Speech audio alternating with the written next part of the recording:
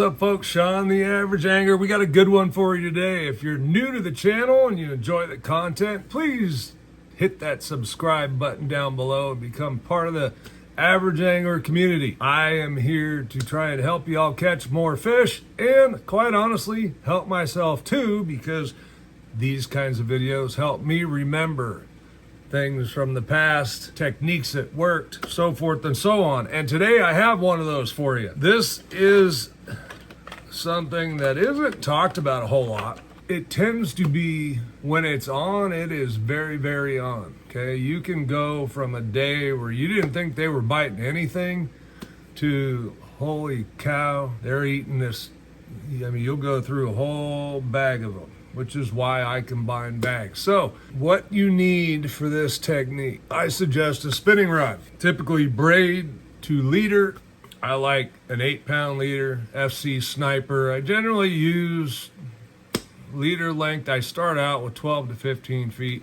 And as I cut off and retie, it shortens down. But typically I get a couple days out of it. What this technique is, well, first of all, we're gonna need some of these little weedless jig heads. This is a Owner Ultra Head Wacky. That's like a 1/32 ounce.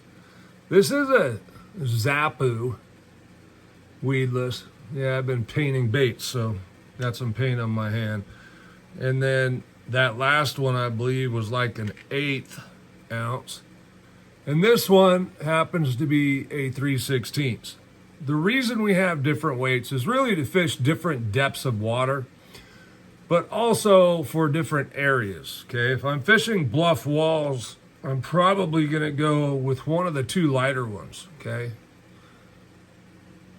Mostly because I feel like on a bluff wall, you know, you got a steep wall here and your bait's falling right here. There's a pretty good chance that even if something's over here, he can dart out and eat it. So I don't want it rocketing by him too much. I feel like I'm in the strike zone for a lot of that cast. So, number one, bluff walls are a great place to do this, especially this time of year in February. And it'll be good all February. As the fish start to tend to use those bluff walls, as the water starts to warm, they will start moving back towards those points where they can enter their spawning coves, bays, flats, whatever it might be. So keep that in mind. The heavier head was 3/16, and that's as heavy as I'm going to go for this technique. I'm going to fish down to 20 feet. Now, most of the time, I'm thinking of staging areas, okay? Now, we call them staging areas because when staging happens, the fish are starting to stage to spawn, we will have a bigger congregation of fish using these staging areas. Now, oftentimes, said staging areas can be a lot of different things. It's just really about depth, but having some sort of structure on that depth is kind of the key thing, okay? It could be a piece of wood, could be a brush pile, could be a rock pile, could be a drop off, okay? Some sort of actual ledge, but something to hold the fish in that zone. That's why staging areas typically can vary in depth. And on average, around my area, Northern California, I would say that depth is about 12 to 18 foot, depending on where you're at. That's a good place to look around. What we're going to do with this head, I'm sure you probably already figured it out, is we're going to put a wacky worm on it. But not just any wacky worm, okay? This worm is the Jackall Flick Shake and was actually made for this technique. In the early days, when I first started doing it, I used these little small ball heads, and this is pretty good up to about 10 feet. That little tiny one, whoops, almost lost it there. This little tiny one, a 1/16, what the hell is it? Like 1/32. That's gonna be for shallower water or really, really calm days. And then that 3/16 for deeper water, or if you have some wind blowing things around, you need a little help to get the bait down there and pull that line down through the water and still be able to feel it. Now, I did mention spinning rod for a reason, and I gave you the line size and all for a reason, okay? That reason is these hooks will straighten out, okay? They're a light wire hook. They're not real strong. These are not made for horsing or flipping fish into the boat. These are made to easily penetrate the fish's mouth and pin them, and then we need to get them to the boat. So that said, don't horse the fish. You want to work them to the boat. Set your drag appropriately. You won't have any problems. You can get some really big fish in the boat on a spinning rod with light line. And here's another tip. I like 8 for one reason and one reason only over what I would normally suggest of probably 6, just because the 6 is going to sink a little bit better with the bait. I want the 8 because the fish tend to eat this in their mouth, which means their teeth are going to be rubbing on that line. Give myself a little extra protection, because if their teeth rub on your line and then they surge, it could pop. So that 8 gives us a little cushion to go against that. So anytime you have a fish eat this bait and it's all the way in, make sure you retie your line. We've talked bluff walls. Bluff walls are really, really good for this technique with the lighter head. Now, what I suggest is you start near a point and work away from the point down the bluff wall and try and figure out a depth. Fish will feed on bluff walls year round, okay? It's really easy for them to move up and down. They don't have to travel a distance. It's just up and down. The other places I mentioned, staging areas, we're looking for something to hold the fish, okay? So this includes graphing. Get out and graph. You can use side imaging. You can use 2D imaging and just put your boat in that depth. If you're using 2D, you just want to track that depth and watch your fish finder. Look for fish, groups of fish. We can pick off singles, but it's not the most efficient way. This is not a fast cover water technique.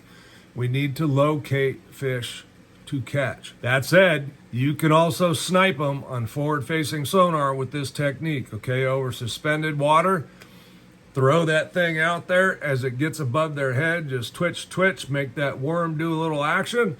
A lot of times they will bite it right then and there. It is not a minnow, so this is not something they're seeing all the time, like maybe they are the minnows with the forward-facing sonar. This has been a very, very good technique. On the Bassmaster Elite Series, I remember watching several people doing this last year, using the wacky worm instead of a minnow for a lot of good fish catches. On the rod, I am typically going to go with a medium light to medium, depending on the brand you're using. I want a pretty good bend in that rod to help me fight that fish because of the fact, the hook again, okay? I want the rod to absorb the surges or help absorb the surges, and then rely on my drag to release line to give me a chance to get that fish in the boat. I do this at Clear Lake. It works extremely well at Clear Lake. I've never had a problem getting the fish in the boat. You just have to be patient with them and have your rod and reel set up properly. I mean, loose drag, okay? Not too loose. You got to be able to put some pressure on them, but not too much, all right? You guys all know how to do that. When I'm fishing these on the structure, I'm not really worried about snagging, that you need to stay in touch with the bait. You need to let it sink, but watch your line. So this is a good time to have a high vis braid so that you can see if a fish bites it while it's on the fall. You'll see that little jump in the line, a little flick, or sometimes that line just starts swimming off at a little faster pace than it was prior. Good thing to pay attention. Otherwise, these fish swallow it, they spit it. When they feel the weight, maybe they recognize, hey, this doesn't feel real. So stay in touch with your line. Okay, one last thing. These come in a 4.8, 5.8, and 6.8.